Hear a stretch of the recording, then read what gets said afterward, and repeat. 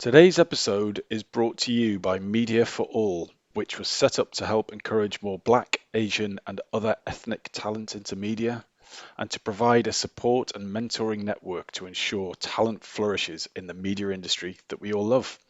If you're looking for a mentor or would like to mentor young ethnic talent, check them out at mediaforall.org.uk, and it is all 100% free.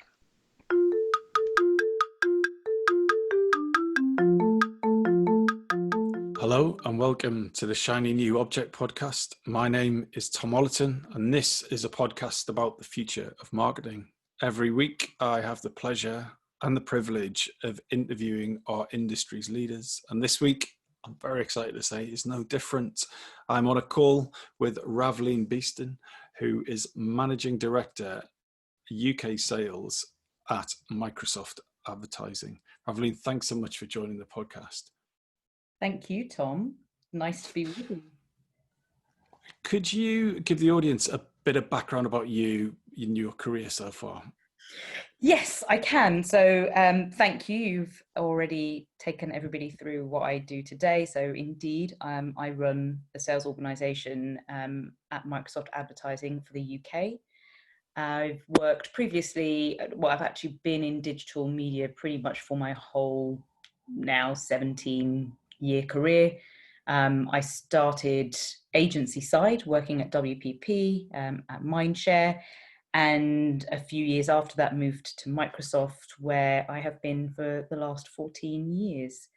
And actually within Microsoft, over those 14 years, I've moved through various functions, roles, types of ad businesses, display, brand, programmatic, performance, search, to where I am today.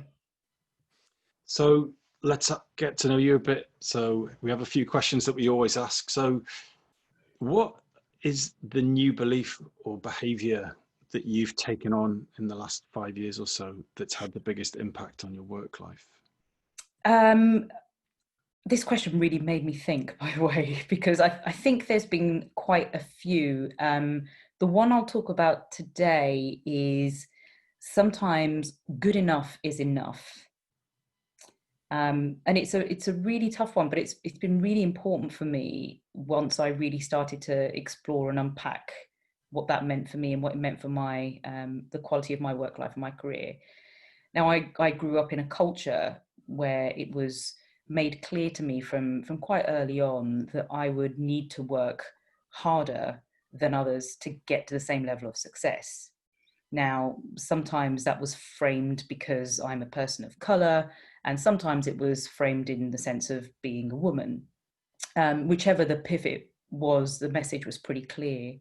And what that meant is throughout my life, whether that be in education, in my professional life, I've always sought to kind of overachieve and go above and beyond expectations.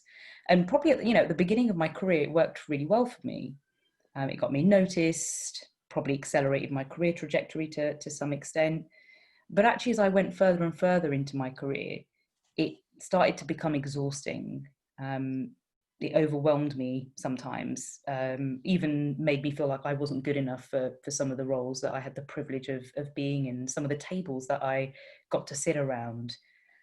It actually got to a point where I had, I tried to work with some career coaches to help me figure out why I was feeling some of the feelings that I was going through at the time. And it didn't really help me. And somebody recommended that, why don't you try talking to a therapist, which I did. And she really helped to unpack some of what was going on, and that perhaps this wasn't about my career choices or my career path, but actually it was more about me, some of my fundamental beliefs of what it takes to be successful. And so understanding why I kept holding myself to sometimes crazy bars of excellence, and helping me figure out when that behavior serves me well and when to go for it, but also when that behavior does not serve me well, for me was a really, really important new belief for me to understand. It helped me let go of things more, because actually that behavior wasn't always good for the teams around me and the business around me either. It helped me to, not only give things away to give other people the space to grow around me, so not always having control over things, but also allow them to feel that they had a safe space to fail in without judgment, and also allowing myself to do the same, not being so worried about not getting it right or not getting it perfect, or completely fucking up, basically, which is something that I realized was limiting me in my career. So yeah, sometimes good enough is enough. So one of the things you said there was fascinating, the idea that that drive and that ability and that hunger to go above and beyond and overachieve is something that you can draw upon. It's not something that you've killed off and you've become sort of more placid, but you realize that it's available to you as a skill at certain points. So how do you decide when to level up and do, like, top flight Ravleen, and when to back off? And is that conscious? Is there a system? Do you have to course correct and catch yourself? Tell me how you go through that decision process. Yeah, there's I've realized that there is a time when I have a fire in my belly about something and it really fires me up. And I almost immediately understand that this is something that I'm about to put all my weight behind. And no matter what, I'm going to go to whatever length it takes to be successful in it. And now I think probably this has come from 17 years of experience in work life, that I know what that feeling feels like. I know the difference between that feeling and when I'm working on something that I know needs doing and it's necessary and it's important I do a good job, but I don't need to go all gung-ho and completely exhaust myself over it. So I think some of that comes from experience. I think some of that comes from the context of a situation and understanding sometimes the things that go unsaid when you're in the workplace. When there's a situation going on that you have to read between the lines and think, maybe the consequences of this situation are far more important than I might think. And on the surface, it may look like it's this thing over here, but actually underneath, there's something far more important going on, which means that I'm going to have to dig deep and do something special to bring to the fore what's happening. So I don't know if that's really enough of a specific enough answer, but I think it's a combination of just understanding context, understanding from experience what you want to get behind, because of course sometimes it's not just about the situation demanding you to want to go over and above, but it's because something feels really important to you that you want to go up and above and beyond. And so sometimes those decisions can be personal, and sometimes they are about figuring out the opportunity, which might be hidden like a diamond in between a load of rocks, and going, oh, actually that's a great opportunity for me to really show and demonstrate what I can do here. So even though it feels like a small project, if I put my weight behind it and do this really, really well, I think it's going to show the organization what I'm capable of. So you've talked about investing in coaching, counseling. And what other investments of your time, energy, or money have made a big impact on your career? Probably not what you're expecting, but my husband. We often talk about the importance of creating the best environment possible in the workplace for employees to do their best work. I'm a staunch believer that it's also necessary to create a conducive environment in the home for you to also be able to do your very best work. It's my lived experience, and having talked to others, I believe it's really important.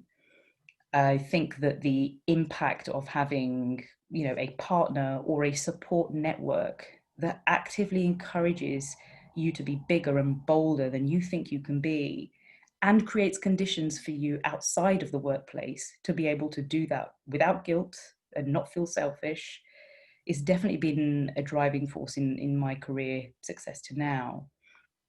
And this means, by the way, when I talk about my own experience with my husband, it means a number of different things. It means having, I think, I can't remember who said this, but this line never really left me, having another half who does their half, whether that be around the house or in organising our social life or looking after the kids. That's really important. It means having a constant cheerleader that picks you up on the days when you genuinely want to throw the towel in, and they're there telling you that you need to carry on and you need to power through, and here are all the reasons why.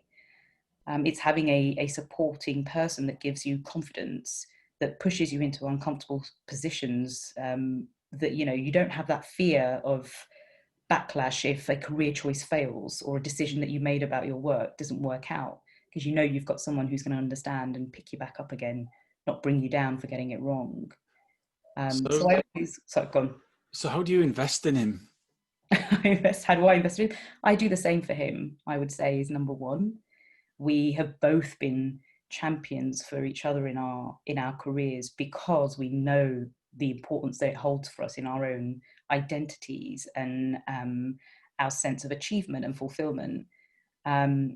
So I believe, and a great example actually probably is that there've been different times in our careers where I've probably, I talk about us sharing everything, half and half. But for sure, there have been times in our careers where one of us has over-indexed on the home life to allow the other person what they need to do in their work life. A couple of really good examples would be actually when I started this role. So I had my son, he's 7 now. And when I had Nayan, I was off work for a year on maternity leave. And I went back to work. I went back to a 4-day week, and things were working out well. But the balance was we were trying to get it right. And actually, my husband was going through wanting to have a bit of a career change, and he turned around to me, and after I'd been back at work for a couple of months, and he said, "You know what? How about I take a bit of time off from work, and you need space to get back into your groove and do all the things that you've probably put on hold for a year whilst you've been looking after our child. And so, I'm going to take a bit of a career break." Now, in the end, he stayed off work for a year. Initially, the plan had been for him to be off for 6 months, and then, he'd find the time to find something else. But in those 6 months, what happened is I was given the opportunity to move into this role, which is, a really big role, and it was going to be quite a change for me moving into this sales leadership role. And there was a big job to do. We were transitioning all of the Bing ad sales business from Yahoo to Microsoft. I had to hire something like 23 people in the space of 3 months, build the sales organization up from scratch. And he was coming up to kind of the 5-month mark of being off. And I said to him, "You know what? I need another 3 to 6 months of just going all in this new role. And if you could perhaps maybe continue with your career break for a little bit longer, I think that would really help me to be able to focus. And then, if you've gone into a new job or you've gone into a new workplace, I'll do the same back for you." And so that's what we did. So actually, in the end, he ended up staying on his career break for a year, which he loved. Tells me it was one of the best years of his life, and the time that he got to spend with Nays.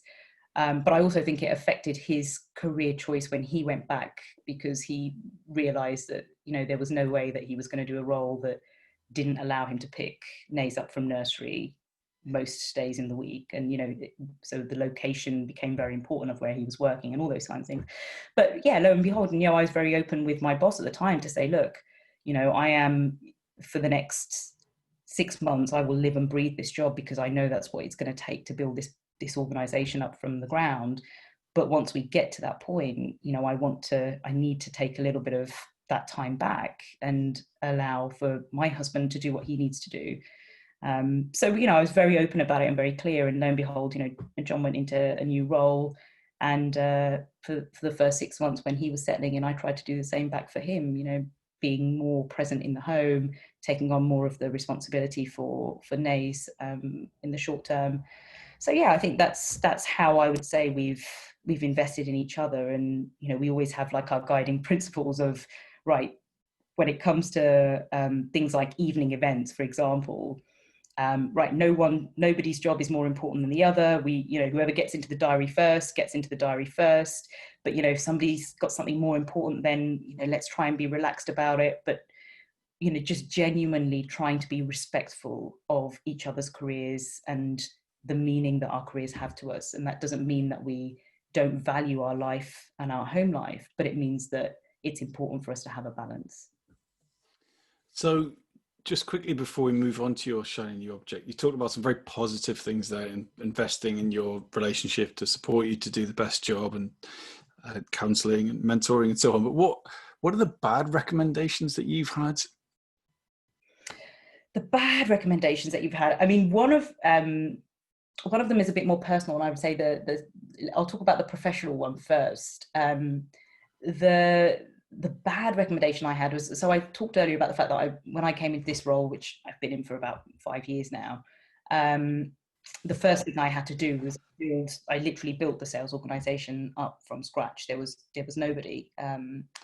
And a lot of people around the business and from outside the business were kind of sending me all these recommendations saying, like, you know, if you're hiring for a sales organization, you need to get people who are sales professionals. You know, people who've done sales for a really long time. Doesn't matter what they've done sales in, but they have sales experience.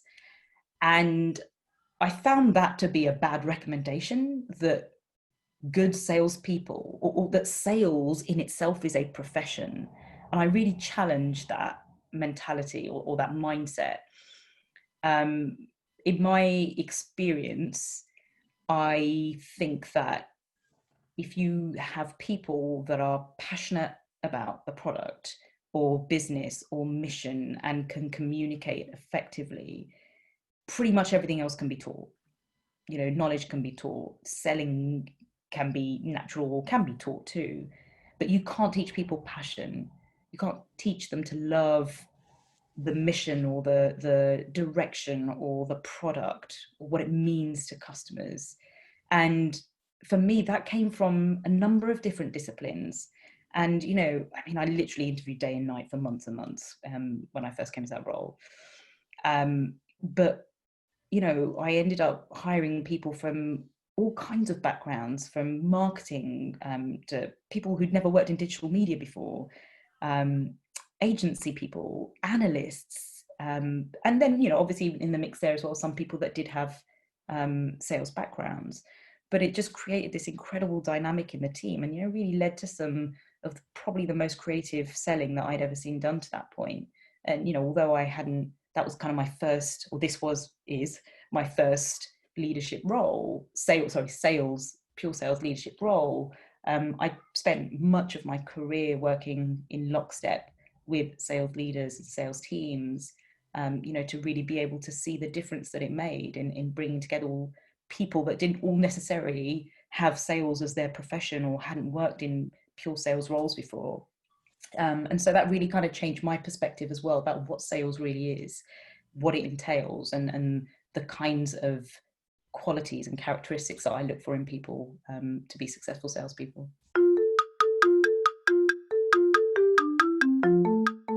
If you love all things innovation and want to understand how brands plan to emerge stronger from the current situation, don't forget to check out MadFest London on the 11th and 12th of November.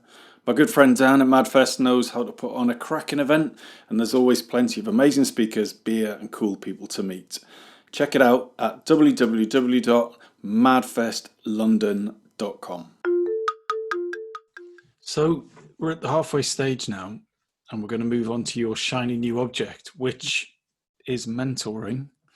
So can you just describe to the audience what you mean by mentoring and what is new about mentoring to you? Yeah, so look, where should I start? I think, like many people at the moment, I've been really thinking a lot about how to help individuals that are underrepresented in our industry to A, get into our industry, and B, you know, support those that are already in the industry to grow and develop further. I've definitely found the latter more challenging in terms of finding opportunity to do that. But it's something that I have always wanted to spend more time on. In all honesty, I haven't created that time. I'm also actually pretty rubbish at creating time to be mentored myself, but, you know, that's another discussion.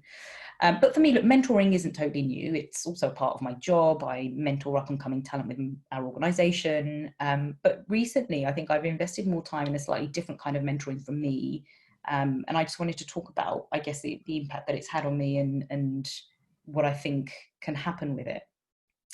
In the time of the pandemic, I've managed to extend mentoring people from people that I generally do it for inside my business to much more outside of my business. And, you know, people that I've never met before, I don't know. And I've really started to learn a lot about what it means to those individuals, and also actually what it's meant for me. So that's been kind of the big step change for me, because I think, you know, when you are mentoring somebody within your organization, that kind of mentoring relationship is quite different. It can often be very specific to a certain job that somebody might be going for, or they're trying to get to, you know, the next level within the function that they're in, or they want you to help them get connected within the organization.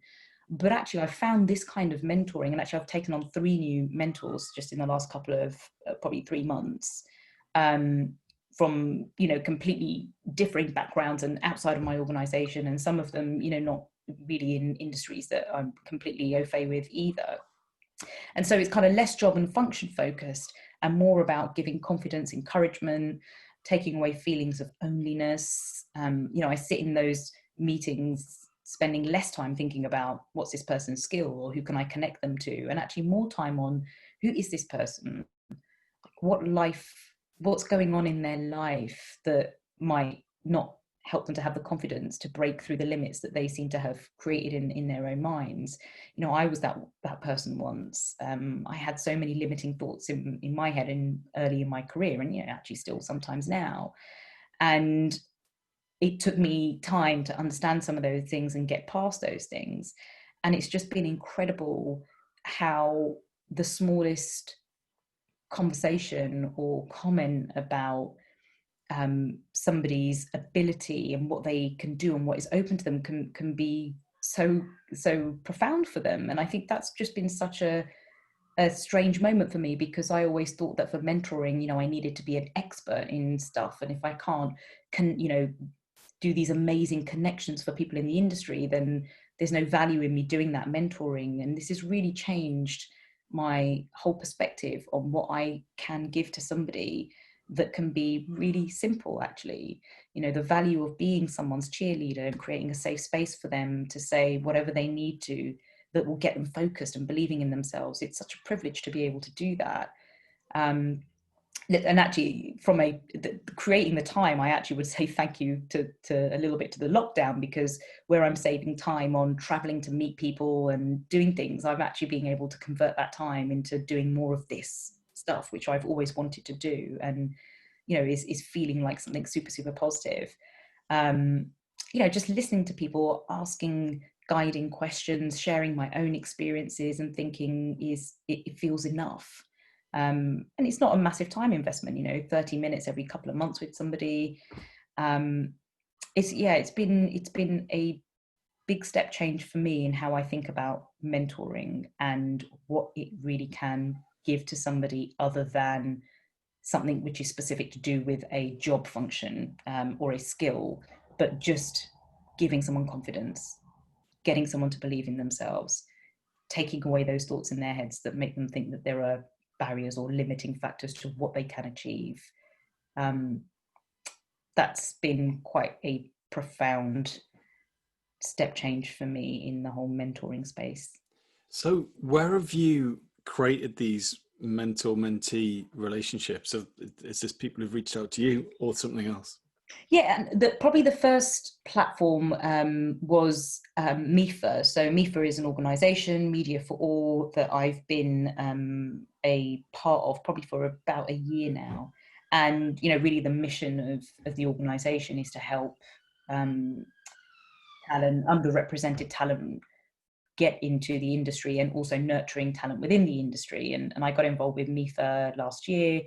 And recently, over the last kind of 6 months or so, the MIFA set up a platform through their website where people can come and look at all the members of the MIFA board and the organisation, and request for you to mentor them. And so I had a couple of requests come through there, and actually one request just come through somebody that I knew that said that, you know, somebody had seen me speak at I think it was a NABS event, and had asked whether I would mentor them. And so I think in the past I probably would have gone, oh, I don't know, have I got the time, and am I making a really big commitment, and what if I don't have anything to say that's really useful for them? But actually doing a couple of these doing some of these sessions now over the last few months with people, I've realized that even if you can't commit to like a ongoing mentorship, even just having maybe 2 or 3 meetings with someone and saying, you know what, let's do this for 3 months, and we're going to have an hour every month or half an hour every month. Even that can be so profound for somebody. And I don't think I just really realized that or saw that. And so now I'm just saying yes. And the thing, I just keep saying yes, but the thing that I'm trying to stay focused on is that every relationship, every mentorship that I'm going to have it won't be able to be forever, because then I have to put a limit and a cap on, physically how much time that takes. But, I'm trying to say yes every time. And whether that means just having a 30-minute catch up with somebody once, or whether that means that maybe we found a connection and we want to do something which is a bit ongoing, just being really open to where it takes me, because it's also helping me learn about the new generation of people coming into our industry and what they need, and how we need to inspire them, how we need to give them opportunities to flourish and grow and be amazing in our industry. And it's also teaching me just things about myself. So what have you learned from your mentees? Oh, that's a great question. What have I learned from my mentees? I have learned that I need to, or how's the best way to word this? That sharing my personal background with people, and I don't mean like my career background, but actually talking about my family, where I grew up, the impact of some of the culture that I grew up in had on me, and being more open about that creates this kind of trust and familiarity with others. And I think sometimes I've held some of that stuff close to me, because some of the stuff is, can feel a bit painful, because it's not always been easy. And but what I've discovered is talking about some of those things openly, talking about how, small things like when I first started in the media industry, and it's such a social industry, and there was drinks on every night, and client things would always happen in the evening. And I remember my first job at Mindshare, and I come from a pretty orthodox Sikh family, Punjabi family, and my family were like, you can't be out every evening, like that's not okay, because that's just not our culture. And so I kind of had to negotiate and say, well, can I have one evening, a week out? And so I kind of had to plan which evening every week I was going to be out late till. And explaining that to my colleagues was so difficult that, they'd be like, yeah, but you're a professional, you're working in London, you've got this great job, and you're, in your 20s, why do you have to ask your parents about what time you come home or how many times you go out in the week? And it kind of gets to a point where you're like, oh God, no, I don't want to have to keep explaining this to people anymore. They don't get it.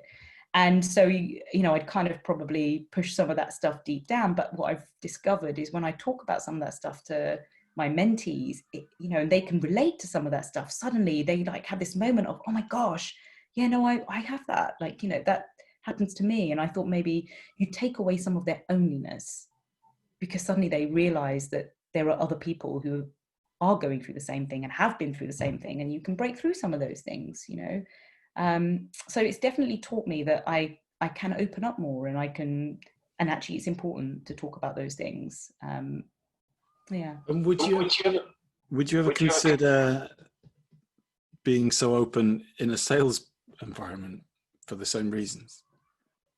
Oh, what you mean, kind of in my own organization? And Yeah, like if you find that it creates this incredible bond and this understanding, and it's so interesting. I'm just being provocative. Do you Yeah, think that if if you're selling a whatever pound deal to someone, that you start to layer in that stuff?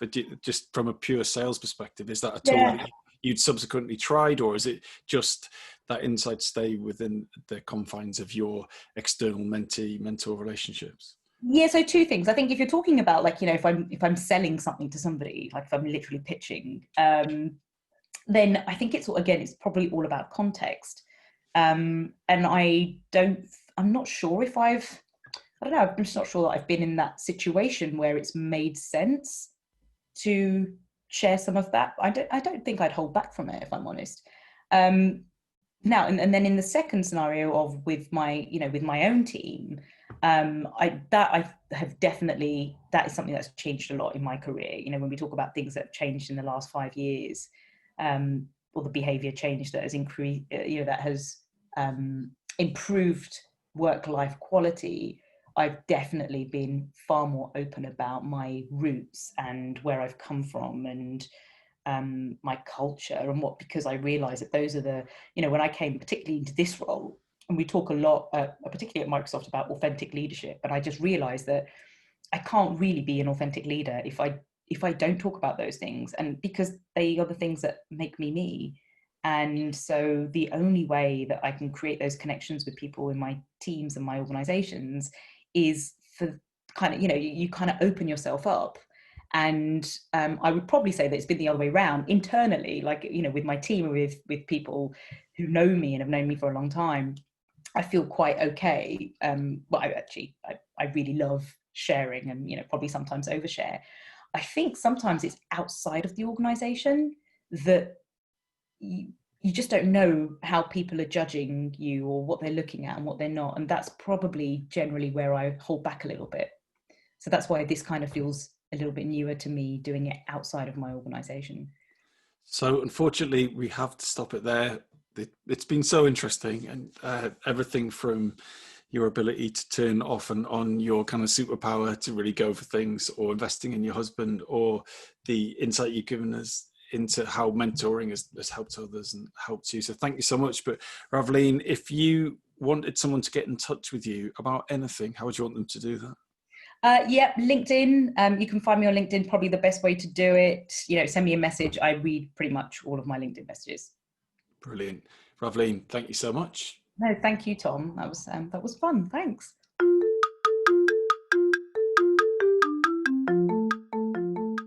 Hi, just before you go, I'd really appreciate it if you could take the time to write a review of the Shiny New Object podcast on Apple Podcasts or iTunes, whatever it's called these days, or whichever podcast provider you use.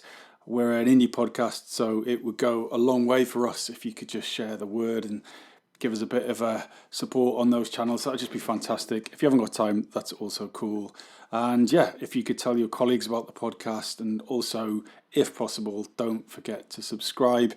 And I'd love to hear your feedback. If you'd like to speak on the podcast or be a guest, or you think I'm asking the wrong questions, anything, I'd be super interested to hear what you think. So please email me at tom@automatedcreative.net. That's TOM at, I'm not going to bother spelling it. Anyway, you'll work it out. Thanks so much.